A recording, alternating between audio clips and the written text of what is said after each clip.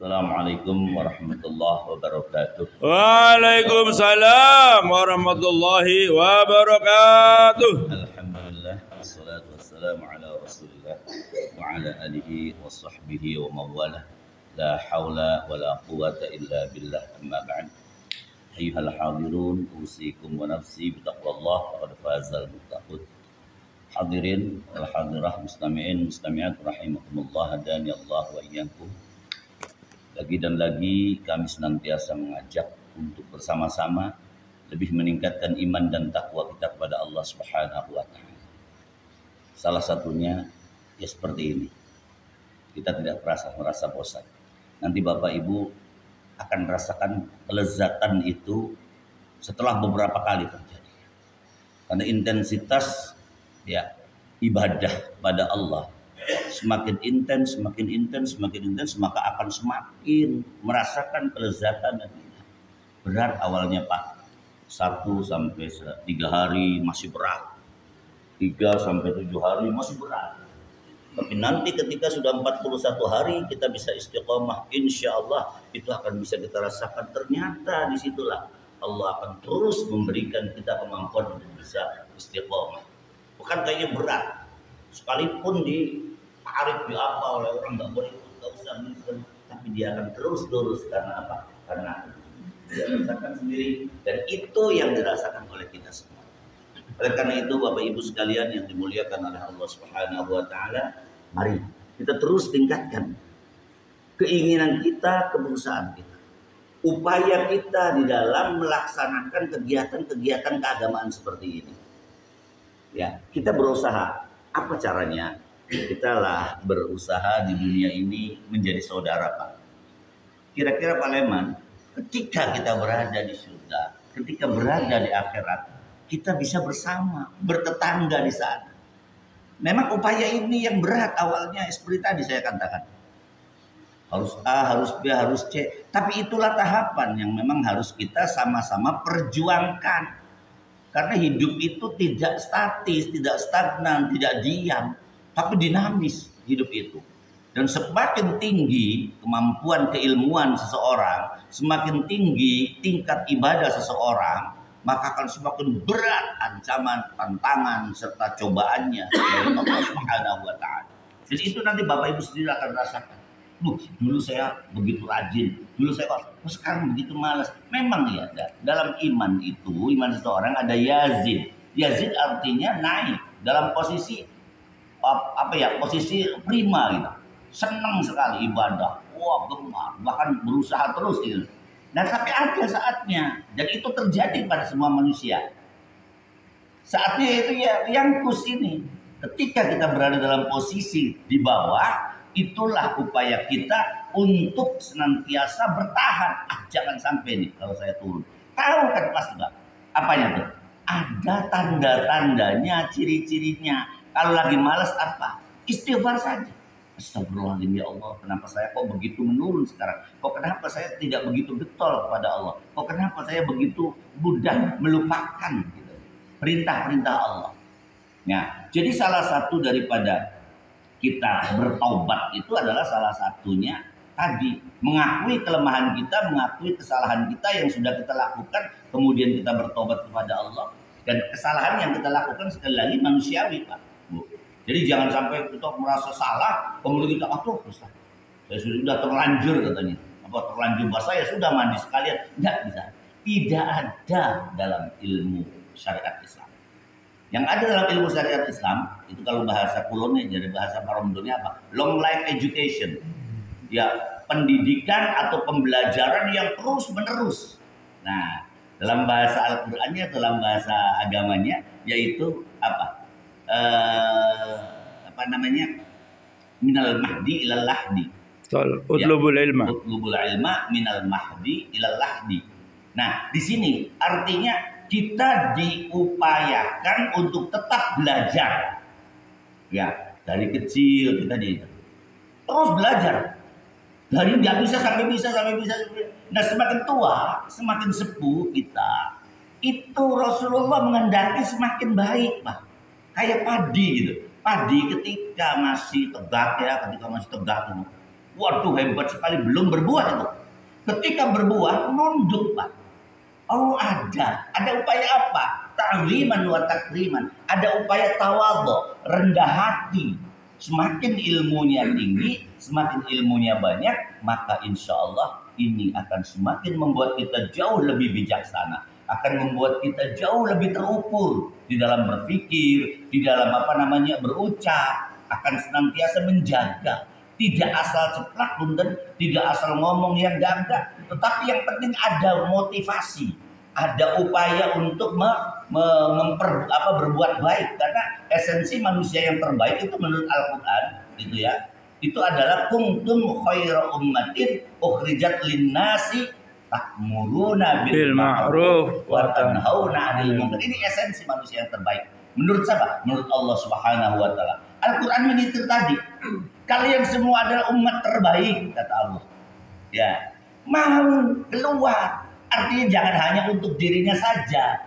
Ilmu itu dibagi-bagi, ilmu itu mengajak-ajak, ilmu itu bersama-sama menyelesaikan sebuah masalah, bersama-sama mendukung sebuah kebaikan, bersama-sama menciptakan program yang kira-kira menebar kebaikan untuk umat. Itu esensinya. Nanti saya contohkan satu saja ya. Jadi ada seorang, katakanlah gampang gini, copet yang hina awalnya itu Pak Preman ya, atau Umukam. Itu copet tuh hina. Pencopet pemuda lah, kalau tahu pemuda yang biasa nyopet itu kan perbuatan hina itu, nyopeti orang itu. Nah kemudian bisa jadi mulia. Karena apa? Karena istiqomah. Ketika itu, ini sang kisah copet ini, pencopet yang hina ini, itu kali gane lah. Ketika nyopet 3 hari digebuki wong man, kena diuculakan man. Sampai ketiga kalinya lagi malah ditangkap polisi. Apes lah bajare wong sih. Nyopet tapi apes. Terus sampai beberapa bulan, di bulan ketiga dia ketangkep, kemudian berada di sel. Di dalam sel itu melakukan perenungan. Dia mencoba untuk apa ya? Kok kenapa saya tuh begitu apes gitu? Sering sekali saya digebuki orang, sering sekali saya ketangkep, bahkan sering sekali saya di sel, dimasukkan ke dalam penjara. Apa yang menyebabkan saya seperti ini? Ini perlunya Pak. Ada apa? Orang ada muhasabah. Ya, ada introspeksi. Ya Allah, ternyata saya seperti ini. Dia ketika dalam perenungan di dalam penjara itu, dia ingat kiainya dulu, ustadznya dulu, waktu masih kecil. Ustadznya ngomong, jangan tinggalkan sholat apapun profesi kamu, apapun kedudukanmu. Ketika kamu sudah menjadi orang, ketika kamu sudah dewasa, kamu sudah tua sekalipun, jangan pernah tinggalkan sholat. Itu aja bahasanya. Insya Allah kamu akan hidup bahagia, insya Allah kamu akan sukses. Ingatnya begitu aja yang dia, kalau begitu saya nanti kalau keluar saya akan temui guru saya akan temui kiai itu, saya ingin bertanya langsung bagaimana. Ternyata Bapak Ibu sekalian yang dimuliakan oleh Allah Subhanahu wa taala, upaya yang dia lakukan itu adalah cahaya Pak, nur ilahi. Artinya ketika Allah sudah memberikan kesadaran yang sampai beberapa bulan dia harus mengalami pengorbanan walaupun itu bukan untuk kebaikan. Dia rasa itu sebagai profesi. Kenapa? Nyopet enak. Tapi ketika ketangkep enak kan bukan. Jadi dengan cara yang dia pikirkan bagaimana cara bisa keluar dari nyopet, bukan keluar. Artinya cara bisa mendapatkan tetap menjadi pencopet tapi tidak apes gitu. Akhirnya dia nanyanya ke sana ke kiai tadi. Datangi kemudian dia salim, Pak Kiai, aduh ya Allah gimana kabarnya? Alhamdulillah. Kata kiai, tapi sih gimana? Katakanlah namanya, jangan nama yang biasa. Siapa ya? Jablud. Jablud. Biasa, Karma. Karma gitu. Awalnya karma gitu. Dia sang karma ini datang ke kiai menyampaikan begitu, Pak Kiai, bisakah Pak Kiai membantu saya? Berikan doa yang mujarab, amalan yang paling ampuh untuk saya agar saya bisa ngomongin Kiai terang-terangan itu. Saya ngapain semangat tinggi Bapak Ibu sekalian. semangat tinggi, dia punya ghirrah, semangat ingin mencapai tujuan utama menjadi pencopet yang ulung, pencopet yang banyak berhasilnya daripada banyak gagalnya gitu. Dia akhirnya menanyakan, Kiai dengan senyum Pak Bu, nggak dimarahi, itu hebatnya Kiai itu. Nggak dimarahi dia, wah ini udah melakukan kesalahan tuh, tidak dimarahi, dia katakan gampang untuk itu sih. Benar Pak Kiai, gampang sekali. Akhirnya diarahkan, begini, kamu datang nanti asar ya. Sebelum asar sekitar jam 2:30 kamu sudah ada di masjid. Nanti ketemu saya, kita ngobrol lagi katanya. Nah, cuma begitu aja Pak Kiai. Iya, ayo ikuti aja. Ikuti Pak. Beberapa hari sampai 3 hari. Terus ngomong lagi ke kiainya. Pak Kiai kok kenapa amalannya seperti ini? Kapan saya mulai ininya? Ya nggak apa-apa, silahkan kamu lakukan ini terus dan jangan sampai berhenti sampai 7 hari. Kalau kamu sukses, insya Allah nanti akan saya kasih tahu. Wah, amalannya kok cuma datang ke masjid, ikut sholat berjamaah, kemudian zikir, kemudian barulah diberi nasihat oleh kiai seperti ini. Dia katakan, nanti sukses sebagai sukses insya Allah. Asal kamu mantap ya, kamu siap kok. Ikuti Pak Bu sampai 7 hari. Alhamdulillah 7 hari selesai, dia baru katakan, kalau kamu ingin betul-betul terrealisasi, kamu ingin betul-betul tergapai cita-citamu, ingin menjadi pencopet yang ulung, pencopet yang selalu sukses, berhasil, lepas dari ketangkapan dan tidak pernah ditangkap polisi, maka jalankan ini terus. Tapi selama 41 hari.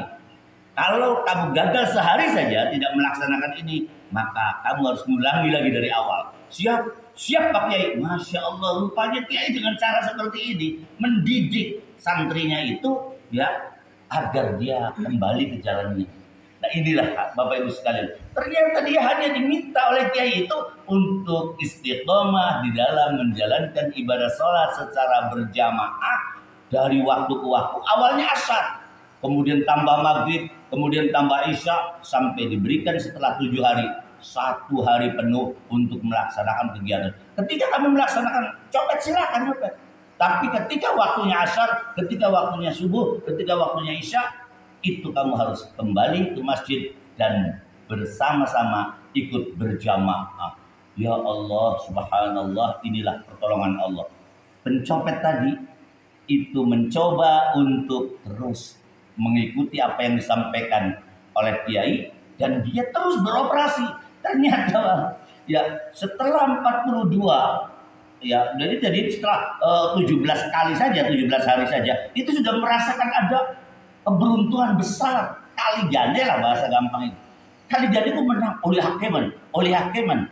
Oh, nyopetnya selamat sampai ke pas 42 hari, ke 42 hari dia sudah rasakan, ya Allah, kok saya semakin banyak, semakin mulai punya motor, punya ini segala macam. Akhirnya dia sudah bisa dikatakan sebagai orang yang berkecukupan. Setelah 42 hari itulah dia rasakan, saya sudah bagus, saya sudah berhasil, saya sudah menjadi ini. Saya sudah punya banyak uang lah bahasa kasarnya, saya sudah cukup untuk kehidupan saya. Begitupun saya ketika saya ingin beristri. Nah disinilah upaya itu baru terasa ketika 41 hari dia istiqomah, ternyata di situ rasakan. Baru Pak 42, 43, 40 itu sudah mulai rasanya, untuk apa lagi saya nyopet? Saya sudah terpenuhi kok, saya sudah tercukupi. Barulah dia sadar, kemudian dia mohon ampun kepada Allah. Dia tinggalkan itu nyopet dan dia sekarang hidup bahagia. Yang tadinya pencopet hina menjadi mulia. Ini yang harus Bapak Ibu perhatikan, yang harus kita ambil ya value-nya, nilainya, yaitu orang copet saja perbuatan yang punten durhaka kepada Allah saja itu bisa Allah bantu, bisa Allah tolong, bisa Allah selamatkan sampai menjadi orang mulia. Apalagi kita Bapak Ibu sekalian, kita bukan pencopet, kita bukan orang punten ya, kita bukan pendusta, kita juga bukan orang munafik, kita adalah seorang mukmin, seorang muslim yang diberikan cahaya oleh Allah, yang sudah diterapkan ilmunya oleh Allah, yang sudah diberikan kemampuan untuk bisa istiqomah. Ayo kita jalankan istiqomah. terus kita upayakan agar kita menjadi orang-orang yang sukses, bahagia dunia akhirat. Jalannya adalah istiqomah. Maka istiqomah adalah merupakan sesuatu yang paling penting dalam hidup kita. Wallahu a'lam bishawab. Mudah-mudahan motivasi ini bisa menjadikan diri kita semakin lebih baik, dan kita berharap sekali lagi jangan pernah bosan-bosan. Mohonlah kepada Allah agar kita diberikan kesehatan supaya bisa beribadah sempurna. Agar kita diberikan agar kita selalu bersyukur, agar kita dijadikan orang-orang yang senantiasa beruntung. Amin. Agar kita kelak juga menjadi orang yang bertakwa, yang akhir hidupnya menjadi orang-orang yang husnul khawatimah. Amin ya rabbal alamin.